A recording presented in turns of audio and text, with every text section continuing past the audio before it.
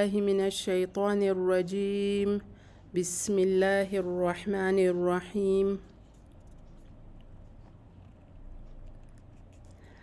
آج ہم قرآن پہ کچھ علامات ہوتی ہیں ان کے متعلق بحث کرتے ہیں۔ جب ہم تلاوت کرتے ہیں تو تلاوت کے اوپر ہمیں یہ والے نشانات، یہ والی علامات ملتی ہیں۔ تو یہ جیسے ٹریفک کے قوانین سے متعلق ہمیں اس طرح کی انسٹرکشنز روڈ پہ ملتی ہے، اس طرح قرآن پہ بھی ہمیں جب ہم تلاوت کرتے ہیں تو اس دوران ہمیں یہ والے نشانات ملتے ہیں۔ تو سب سے پہلے آپ کو یہ والا نشان ملے گا، یہ ہے میم، لیکن یہ ذہن میں رہے کہ یہ میم آدھا بنا ہوا ہے، پورا نہیں بنا ہے۔ یہ دیکھ لے تو یہ میم پورا بنا ہوا ہے۔ ان دونوں میموں میں فرق ہے، ان دونوں کے الگ الگ احکامات ہے۔ جب یہ میم آئے تو اس کا مطلب یہ ہے، اس کو کہتے ہیں الوقف اللازم۔ یہاں پہ ہر حال میں آپ نے رکنا ہے، لازمی رکنا ہے۔ اگر آپ نہیں رکتے یہاں پہ تو اس سے معنی فاسد ہو جاتے ہیں۔ جب جملے کو، جب قرآن کی تلاوت کو جاری رکھا جائے اور ادھر یہ وقف لازم آ جائے تو اس سے معنی فاسد ہو جانے کا خدشہ ہوتا ہے، اسی لیے ان جگہوں پہ رکنے کا حکم ہے۔ دوسرا نشان آپ کو یہ لا کا ملے گا۔ لا کا مطلب یہ ہے کہ آپ نے ادھر نہیں رکنا ہے۔ اگر ادھر آپ رکتے ہیں تو بھی معنی فاسد ہو جاتے ہیں اور بعض دفعہ معنی قبیح بھی ہو جاتے ہیں۔ اسی لیے اصلاح کا مطلب یہ ہے کہ آپ نے ہر صورت میں تلاوت جاری رکھنی ہے، آپ نے رکنا نہیں ہے۔ صلح کا مطلب ہے کہ بہتر ہے کہ آپ تلاوت جاری رکھیں، لیکن آپ رک بھی سکتے ہیں، آپ کے پاس اختیار ہے۔ صلح کا مطلب یہ ہے کہ آپ تلاوت جاری رکھیں لیکن آپ رک بھی سکتے ہیں۔ قلع کا مطلب یہ ہے کہ آپ رک سکتے، آپ کے پاس رکنے کا اختیار ہے، لیکن اگر آپ تلاوت جاری رکھیں تو بھی آپ کے پاس جواز ہے۔ جیم کا نشان یہ ہے کہ آپ رک بھی سکتے ہیں۔ جیم کا مطلب یہ ہے کہ آپ رک بھی سکتے ہیں، آپ تلاوت جاری بھی رکھ سکتے ہیں۔ اس پہ بعد میں آئیں گے۔ یہ 3 نشانات آپ کو ملیں گے قرآن میں، جیسے الف لام میم ذالک الکتاب لا ریب فیہ۔ لا ریب اور فیہ کے بیچ میں آپ کو پہلے یہ 2 نشان اور پھر فیہ کے بعد یہ 2 نشانات ملیں گے۔ یہ آپ کو قرآن میں 4-5 جگہوں پہ غالباً یہ نشانات ملیں گے۔ اس کو معانقہ بھی بولتے ہیں، اور اس کا مطلب یہ ہے کہ یا آپ نے ادھر ان تینوں نشانوں پہ رکنا ہے یا آپ نے ادھر رکنا ہے۔ ان 2 میں سے لازمی آپ نے ایک پر رکنا ہے، لیکن دونوں پر ایک وقت میں نہیں رک سکتے۔ جیسے آپ کہے لا ریب فیہ، نہیں، یہ منع کیا گیا ہے۔ آپ یا لا ریب پہ رکیں گے یا لا ریب پہ نہیں رکے تو لا ریب فیہ ادھر آپ رکے۔ تو ایک نشان پہ جہاں یہ دونوں نشان آپ کو اکٹھے ملیں گے، بیچ میں ایک حرف ہوگا، لیکن اس کا مطلب یہ ہے کہ یا آپ اس نشان پہ رکے یا آپ اس نشان پہ رکے، دونوں میں سے کسی ایک پہ آپ نہیں رک سکتے۔ یہ نشان آپ کو نون کے اوپر ملے گا، اور جہاں یہ ان 2 زبر 2 پیش 2 زیر آپ کو ملے تو اس میں سے ایک پہلا والا زبر زیر پیش تو آپ کو ملے گا، دوسرا جو زبر ہوگا اس کی جگہ آپ کو یہ میم ملے گا۔ اس کا کیا مطلب ہے؟ مطلب یہ ہے کہ یہ تب آتا ہے جب نون کے بعد آپ کو با ملے۔ جب نون کے بعد با ملے تو وہ جو نون ہے، پہلا والا نون، اس کو میم میں تبدیل کرتے ہیں با کو آسانی کے ساتھ پڑھنے کے لیے۔ تو ہم کیا کرتے ہیں، جیسے اصل ہے من بعدی، تو ہم کیسے پڑھتے ہیں؟ میم من بعدی، من بعدی ہم نے کیا کیا، نون کو میم میں بدلا.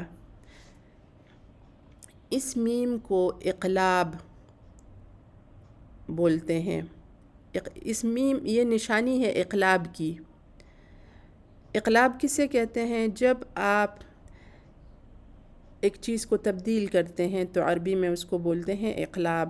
تو یہ اقلاب کی نشانی ہے.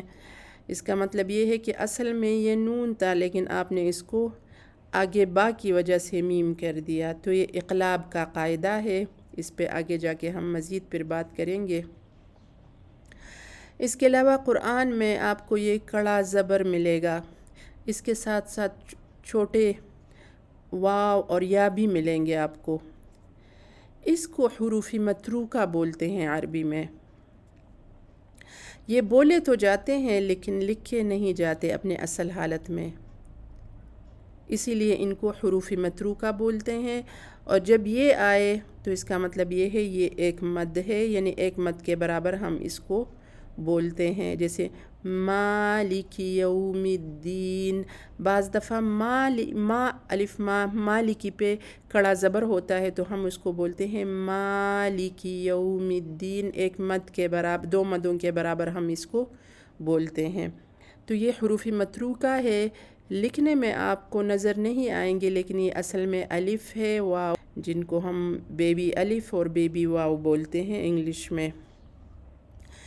یہ سین آپ کو اکثر صاد کے اوپر ملے گا، اور اس کا مطلب یہ ہوتا ہے کہ وہ جو صاد ہے وہ اصل میں آپ نے زیادہ مقدم یہی ہے کہ آپ اس کو سین بولے. یہ بھی آپ کو قرآن میں کئی جگہوں، 2-3 جگہوں پہ یہ آپ کو ملے گا. یہ والا نشان بڑے مد کا نشان ہے. ہمارے پاس چھوٹی مدیں بھی ہیں اور بڑی مدیں بھی ہیں. یہ بڑے مد کی نشانی ہے اور اس میں بس قول واحد ہے، یعنی جب بھی یہ مد آئے تو آپ نے اس مد کو 6 حرکات کے برابر کھینچنا ہے. یہ اس کے لیے لازم ہے. 6 حرکات سے نہ کم نہ زیادہ. یہ آپ کے پاس بس یہی قول واحد ہے جس پہ سارے تجوید کے علماء اسی بات پہ راضی ہے کہ یہ 6 حرکات والا بڑا مد ہے. یہ والا نشان آپ کو قرآن میں جہاں نیا سپارہ شروع ہو جاتا ہے تو وہیں پہ بھی آپ کو ملے گا. جہاں حزب ختم ہو جائے تب بھی آپ کو ملے گا. جہاں ربع ختم ہو جائے تب بھی آپ کو ملے گا. جہاں نصف ہم پڑھ لے تو تب بھی آپ کو یہ نشان ملے گا. تو یہ نشانی ہے کہ آپ نے اتنا پڑھا، آپ نے نصف ربع پڑھا، نصف پڑھا، پورا پارا پڑھا، آپ نے حزب پڑھا، اس کی نشانی ہے. یہ نشان قرآن میں جہاں جہاں سجدے آئے ہیں ان کا نشان ہے. یہ آپ کو جب بھی ملے تو اس کا مطلب یہ ہے کہ آگے سجدہ آنے والا ہے. اس میں سے یہ جو نشان ہے یہ آپ کو بعض جگہ یہ آدھا ہا، یعنی پورا ہا نہیں ہے، یہ آپ کو بعض حروف کے اوپر ملے گا. یہ ایک اظہار کی بھی ایک قاعدہ ہے ہمارا، اس کو اظہار بولتے ہیں. یہ سکون کی علامت ہے. یعنی ایک حرف جب ہم کہتے ہیں ان تو اس میں نون ساکن ہے، تو نون بالکل خالی بھی ہو سکتا ہے اور نون کے اوپر یہ آدھے ہا کا سر بھی ہو سکتا ہے.